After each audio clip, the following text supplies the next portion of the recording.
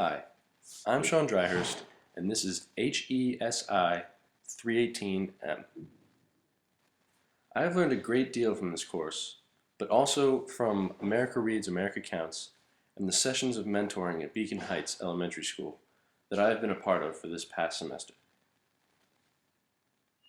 I have learned that policymaking is a huge part of education. I never really thought about it before, but looking back, I can tell that it had a large impact on my education and is now playing a big role in the education of the mentees that I have been working with.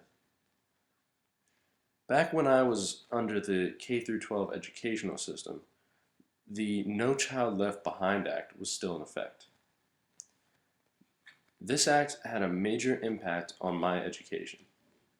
It put a great deal of emphasis on standardized testing.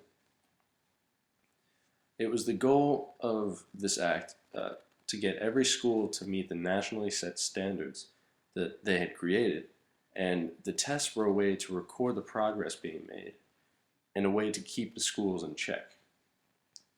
Unfortunately, these tests put a lot of pressure on schools and teachers to meet those standards because they may lose because if they didn't meet it, they had the possibility of losing their funding or being punished in other ways, even as far as being closed down. This led to a lot of teaching to the tests, and in my experience, I was always taught how to find the answer, and that was the extent of it. Even if I didn't understand the concepts, it was completely okay so long as I could get the correct end result. This put me at a disadvantage that continues to affect me today, as I still only try to find the answer without fully grasping the concepts that I'm supposed to be learning.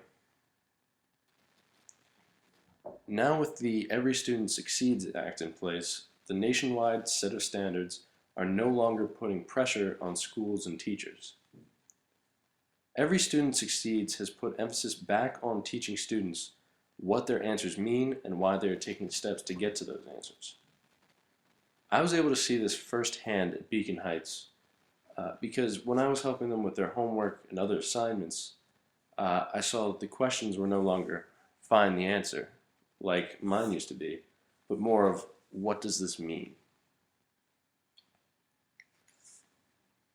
Another observation I was able to make while mentoring was that the students participating in America Reads, America Counts are primarily Black and Hispanic students, which, as a result of this class, I can now see is representative of the achievement gap. Before taking this course, I never really thought about the gap itself, but I can say now that I'm at least aware of the extent of this issue. I can also see that de facto segregation still exists in many school districts.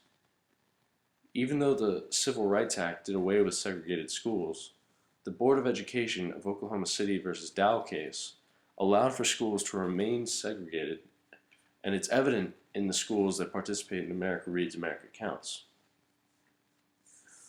Hopefully, legislation will change this, and we can begin to see progress being made on closing the achievement gap. Despite the disadvantages that these students face, I saw from the students at Beacon Heights an eagerness to learn and to excel in their educational careers. Hopefully, with help from America Reads, America Counts, they will excel and build better futures for themselves.